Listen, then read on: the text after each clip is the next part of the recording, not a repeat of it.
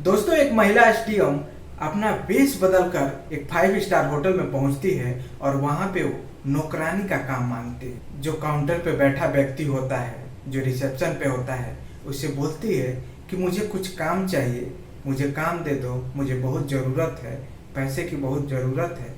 तो जो रिसेप्शन पे बैठा व्यक्ति होता है वो बोलता है, देखिए हमारे पास तो हर तरह के लोग हैं, अभी हमें ऐसे किसी की ज़रूरत नहीं है, लेकिन अगर आप कह रही हैं तो आप देखने में काफ़ी खूबसूरत भी हैं, क्योंकि हमारे यहाँ झाड़ू पोछा का काम है, पोछा लगाना, साफ सफाई का काम है। ये सब करने के लिए यहाँ पे औरतें और लड़कियाँ हैं। तो महिला एसडीएम बोलती है, साहब मुझे कोई भी काम दे दो। तो जो रिसेप्शन पे बैठा बंदा होता है वो अपने मालिक से बात करता है। मालिक से बात करने के बाद वो बताता है कि ये लड़की खूबसूरत है, क्योंकि ये जो महिला एसडीएम होती है वो भेष बदल के गई होती है, तो वहाँ पे कोई पहचानता नहीं है। एक सस्ते साड़ी पहनकर वहाँ पे पहुँची थी। तो वो अपने मालिक से बात करने के बाद इनको बोलता है कि देखिए आप देखने में काफ़ी खूबसूरत हैं और झाड़ू पोछा साफ सफाई के लिए भी हमारे पास जो है महिलाएं हैं, तो आप वेटर का काम कर लीजिए, काफ़ी अच्छा रहेगा, आप खूबसूरत भी हैं। फिर वो जो महिला एसडीएम होती है वो तैयार हो जाती है, बोलती है मैं वेटर का काम कर लूंगी। फिर आगे क्या हुआ? नमस्कार दोस्तों, इस कहानी को शुरू करने से पहले यदि आप हमारे चैनल पर नए हैं तो चैनल को सब्सक्राइब कर लीजिए, ताकि हमारा हौसला बढ़ता रहे और इसी तरह की हम नई नई कहानियां लेकर आप लोगों के बीच आते रहें। तो दोस्तों, कहानी को शुरू करते हैं। ये कहानी है गोया के 5 स्टार होटल की, जहाँ की एसडीएम होती हैं सीमा रावत, जो उसी जिले में होती हैं। लेकिन उनको कुछ खबर जो है पहले से मिलती है कि यहाँ पे एक 5 स्टार होटल है। कई सारी शिकायतें जो उनके पास गई होती है कि यहाँ पे जो 5 स्टार होटल है इसमें देह व्यापार का भी काम होता है। बाहर से लड़कियाँ आती हैं और वहाँ काम करती हैं, फिर जाती हैं। इस तरह के कई सारे कंप्लेन जो है गए हुए थे जो महिला एसडीएम सीमा रावत थी उनके पास, लेकिन उनको विश्वास नहीं हो रहा था। वो कई बार कोशिश की, लेकिन ऐसा कोई सबूत नहीं मिल रहा था जिसकी वजह से उस पर वो छापा मारे या उस होटल को सील कर सके। दोस्तों, जो महिला एसडीएम थी सीमा रावत, उनका एक पति था जिसका नाम था देवेंद्र रावत, और वो सरकारी कर्मचारी था, वो भी जॉब करता था और उसके 2 बच्चे थे, एक लड़का था एक लड़की थी।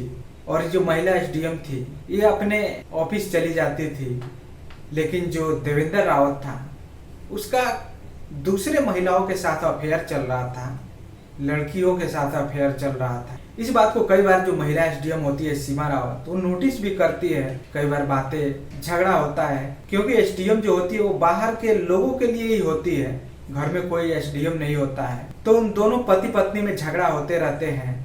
आपको पता है कि अगर पति का दिल अगर बाहर लग जाए तो पत्नी बुरी लगने लगती है, उससे झगड़ा होता रहेगा, या पत्नी का दिल अगर बाहर लग जाए तो फिर पति से बराबर झगड़े करेगी। तो कुछ इस तरह का सिलसिला जो है पति पत्नी के बीच में चलने लगा था, मनमुटाव चलने लगा था। जो सीमा रावत एसडीएम थी वो अपने पति को समझाती है, कई बार समझाने की कोशिश करती है, प्यार से बातें करती हैं, सब चीज करने के बाद भी उसका पति जो देवेंद्र रावत था वो उससे नफरत करता था। आप सोच सकते हैं कि क्या ही चीज की जरूरत थी, ना पैसे की कमी थी और ना किसी चीज की। उसके बाद भी उसका पति उससे नफरत करता था और कई बार झगड़े भी होते थे।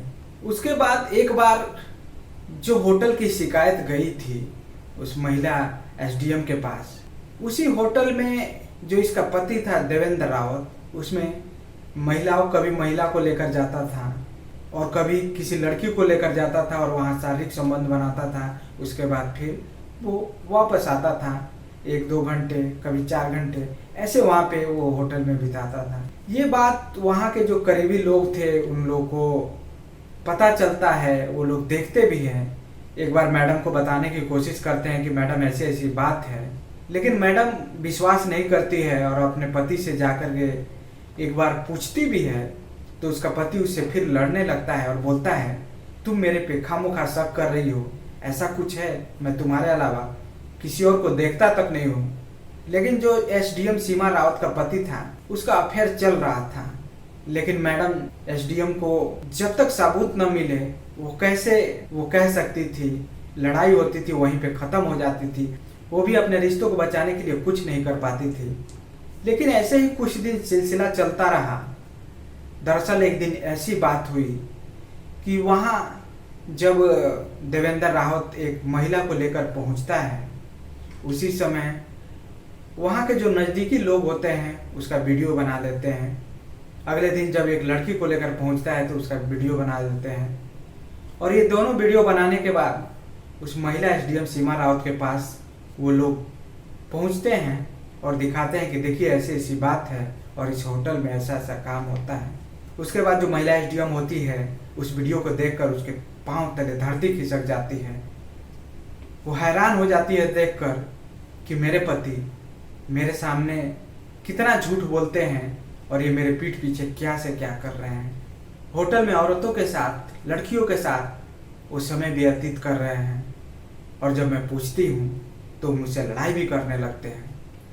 उसके बाद महिला एसडीएम सोचती है कि मैं इसको प्रूफ कैसे करूँ, इसको रंगे हाथों कैसे पकड़ूँ। इसके लिए एक प्लान बनाती है।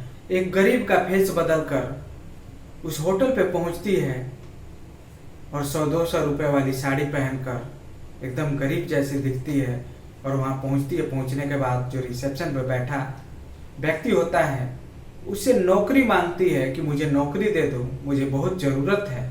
वह व्यक्ति बोलता है देखिए यहाँ पे झाड़ू और पोछा के लिए महिलाएं हैं, मैं आपको कैसे रख सकता हूँ, अभी यहाँ पे कोई जगह खाली नहीं है। लेकिन जो महिला एसडीएम होती है वो रिक्वेस्ट करती है कि किसी तरह मुझे नौकरी दे दीजिए, मुझे बहुत ज़रूरत है। लेकिन महिला एसडीएम को उस मुकाम तक पहुंचना था जिसका प्लानिंग चल रहा था। वहाँ पे नौकरी करना मकसद नहीं था, लेकिन किसी तरह वो भेष बदल करके उस सच्चाई को जानने के लिए, पहचानने के लिए और प्रूव करने के लिए वहाँ पे वो भेष बदल कर जाती है। जो रिसेप्शन पर बैठा व्यक्ति होता है वो अपने मालिक से बात करता है। बात करने के बाद बोलता है ऐसी ऐसी बात है। तो उसका मालिक बोलता है देख लो जहाँ पे जगह हो। तो रिसेप्शन वाला व्यक्ति बोलता है कि साहब लड़की देखने में काफ़ी खूबसूरत है और झाड़ू पोछा के लिए और साफ सफाई के लिए तो महिलाएं हैं, लड़कियां हैं, इनको वेटर के लिए रख लिया जाए। तो बोलता है ठीक है रख लो। फिर जो रिसेप्शन का व्यक्ति होता है ये महिला एसडीएम से बोलता है कि देखिए आप देखने में काफ़ी खूबसूरत हैं और यहाँ पे हमारे यहाँ झाड़ू पोछा और साफ सफाई के लिए महिलाएं हैं, आप वेटर का काम अगर करना चाहें तो कर सकती हैं। फिर जो महिला एसडीएम होती है वो तैयार हो जाती है, बोलती है ठीक है कोई बात नहीं, मैं ये भी कर लूँगी। उसके बाद नौकरी पक्की हो जाती है। अगले दिन जो महिला एसडीएम होती है वो अपने उसी बेस में फिर आती है 200 रुपए की साड़ी पहनकर और एक गरीब की तरह और वहाँ पे अपना काम करना शुरू कर देती है। दोस्तों जो महिला एसडीएम थी उसकी शादी 2011 में हुई थी और जब महिला एसडीएम वेटर का काम करना शुरू कर देती है तो हर कमरे तक भी जाती है। जितने भी कमरे होते हैं वहाँ पता लगाने के लिए, जानने के लिए कि यहाँ चल क्या रहा है। तो वहाँ पे एक लड़की मिलती है पश्चिम बंगाल की जो वहाँ पे कैद करके जो है रखा गया था, उससे मिलती है। फिर वो लड़की रो रही थी, बैठी थी। तो उससे जो महिला एसडीएम होती है वो पूछती है कि देखो मैं भी यहाँ पे नई हूँ, यहाँ पे क्या होता है इसके बारे में तो मुझे नहीं पता है, लेकिन अगर तुम बताओगी तो मुझे भी कुछ पता चलेगा कि आखिर होता क्या है और तुम इतनी रो क्यों रही हो। तो जो पश्चिम बंगाल की लड़की थी वो बताती है कि यहाँ पे देह व्यापार का काम होता है, यहाँ पे मुझे कैद करके रखा गया है, रोज 3 से 4 लोगों को खुश करना होता है, इस तरह का काम हमसे कराया जाता है और मैं यहाँ पे बहुत परेशान हूँ, मैं यहाँ से निकल भी नहीं सकती। तो लड़की बताती है कि यहाँ पे और भी बहुत सारी लड़कियाँ हैं जिनके साथ ऐसा काम हो रहा है। ये सारी सच्चाई जानने के बाद जो महिला एसडीएम थी वो सुनकर दंग रह जाती है और उसके बाद वो घर चली जाती है। फिर अगले दिन अपने काम पे आती है। काम पे आने के बाद अपना काम हम कर रही होती है, तभी उसको भनक लगता है और पता चलता है कि उसका पति एक महिला को लेकर उस होटल में पहुंच रहा है। तो जिस रूम में जाता था उसका एक फिक्स रूम था, उस रूम में वो क्या करती है कैमरे लगा देती है। कैमरे लगाने के बाद वो अपना काम करने लगती है और जब उसका पति उस कमरे में जाता है और उस लड़की के साथ, उस महिला के साथ जब शारीरिक संबंध बनाता है, उसका वीडियो जो है उसके कैमरे में रिकॉर्ड हो जाता है। और ये सारा काम करने के बाद जब उसका पति उस होटल के रूम से जब बाहर निकलता है तो उसके सामने खड़ी इसकी पत्नी मिलती है। जब उसे देखता है तो वो हैरान हो जाता है, दंग रह जाता है। उसके बाद जो महिला एसडीएम होती है वो पूछती है कि तुम तो ऐसी बातें करते हो कि मैं किसी के साथ, मेरा अफेयर नहीं है, मैं किसी के साथ नहीं जाता हूँ, लेकिन तुम तो 5 स्टार होटल में आकर के रोज एक रूम में रंगरलिया मना रहे हो, वो भी मेरे होते हुए भी। कितना झूठ बोलते हो। उसके बाद भी उसका पति झूठ बोलता है कि देखो मैं ऐसे ही इनको छोड़ने आया था और इसके बाद मैं चला जाता और यहाँ पे मैं कुछ करने नहीं आया हूँ, मैं कभी कभी आ जाता हूँ। तो जो महिला एसडीएम थी बोलती है अच्छा अगर ये बात है। वो अपना कैमरा लाती है और उसके बाद कैमरे में उसका वीडियो दिखाती है। दिखाने के बाद उसके पति के पांव तले धरती खिसक जाती है। वो परेशान हो जाता है, हैरान हो जाता है कि अब बोले तो क्या बोले। जो झूठ हमने बोला था उसका सच्चाई, उसका सबूत के साथ मेरी पत्नी के पास है। उसके बाद जो महिला एसडीएम होती है वो बोलती है कि कोई बात नहीं, तुम घर जाओ, मैं अभी आती हूँ। उसके बाद उसका पति वहाँ से घर चला जाता है और महिला एसडीएम तुरंत अपना फोर्स बुलाती है।